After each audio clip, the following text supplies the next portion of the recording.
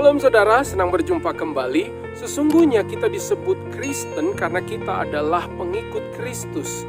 Namun pertanyaannya adalah bagaimana sesungguhnya kita dapat mengikuti Tuhan Yesus dan apa artinya kita menjadi pengikut Kristus yang sejati.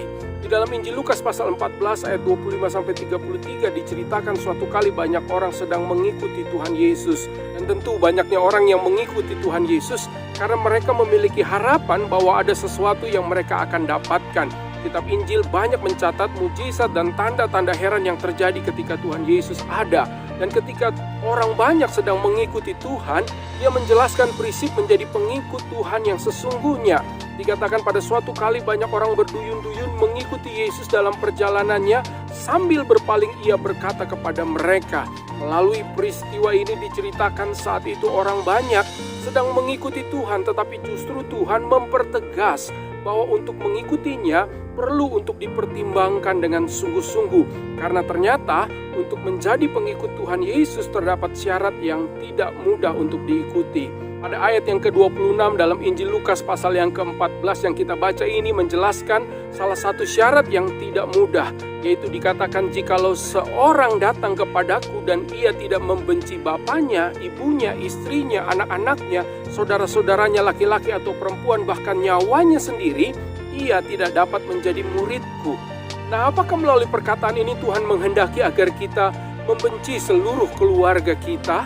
Apakah melalui perkataan ini syarat untuk menjadi pengikutnya maka kita bahkan harus membunuh diri kita sendiri? Apakah sebenarnya maksud dari perkataan Tuhan agar kita membenci, baik membenci keluarga dan membenci nyawa kita sendiri? Apakah dalam hal ini Tuhan sedang mengajarkan sesuatu yang melanggar Taurat Tuhan tentang menghormati orang tua dan perintah jangan membunuh? Maka jawaban tegasnya adalah tidak demikian.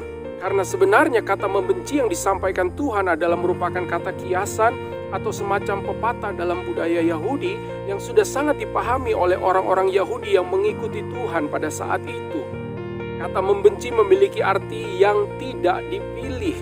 Adapun maksud dari ungkapan ini adalah ketika kita berhadapan dengan suatu pilihan, maka kita akan memilih hal yang lebih kita kasihi. Menurut istilah di kalangan orang Yahudi, hal yang tidak kita pilih itu disebut sebagai hal yang kita benci. Jadi jika kita dipaksa untuk memilih di antara dua hal, maka hal yang kita pilih tentunya adalah hal yang lebih kita kasihi. Dan hal yang tidak dapat kita pilih dapat diartikan sebagai hal yang kita benci. Ini sama seperti ketika kita memilih presiden pada saat pemilu, yang tidak kita pilih seakan-akan kita benci. Saudara, setelah kita memahami hal ini, kita akan mulai mengerti apa yang sedang Tuhan Yesus ajarkan di sini. Tentu maksud Tuhan adalah kita bisa saja sangat mengasihi dua pilihan, tetapi salah satu yang lebih kita sukai atau yang menjadi pilihan kita adalah yang lebih kita kasihi, dan yang kurang kita sukai itulah yang menjadi hal yang kita benci. Jadi apa yang disampaikan oleh Tuhan Yesus adalah jika kita ingin mengikuti Dia dengan sungguh-sungguh, maka kita harus menempatkan Dia di atas segala-galanya. Hal ini berarti kita harus mengasihi Tuhan Yesus lebih dari mengasihi orang-orang yang kita kenal dan kita kasihi.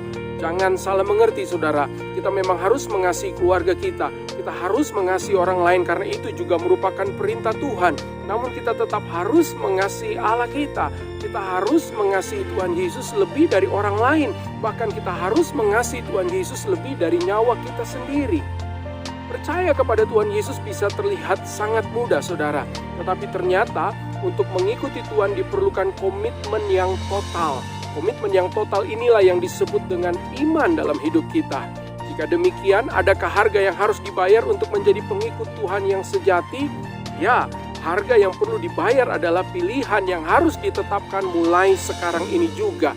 Yaitu setiap kali kita berhadapan dengan pilihan antara Tuhan dengan yang lain, bahkan diri kita sendiri, maka kita telah menetapkan pilihan dan keputusan, yaitu untuk tetap memilih Dia, memilih Kristus. Sanggupkah saudara melaksanakannya? Jika kita berkata bahwa komitmen total itu mudah, bisakah kita melakukannya? Sebab berkomitmen itu adalah berketetapan untuk tetap memilih Tuhan, apapun pilihan yang kita sedang hadapi. Saudara yang dikasihi oleh Tuhan, tahukah mengapa Tuhan datang ke dunia dan mengorbankan dirinya? Karena sejak semula Ia telah berketetapan untuk menetapkan kita sebagai umat pilihannya dan menjadikan kita umat tebusannya. Karena itu sama seperti Tuhan yang berkomitmen total mengasihi kita, maka kita pun harus melakukan hal yang sama.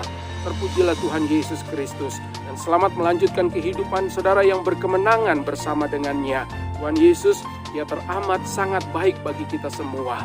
Terima kasih saudara sudah menyaksikan video ini. Doa saya buat setiap saudara, Immanuel, Dia menyertai kita senantiasa.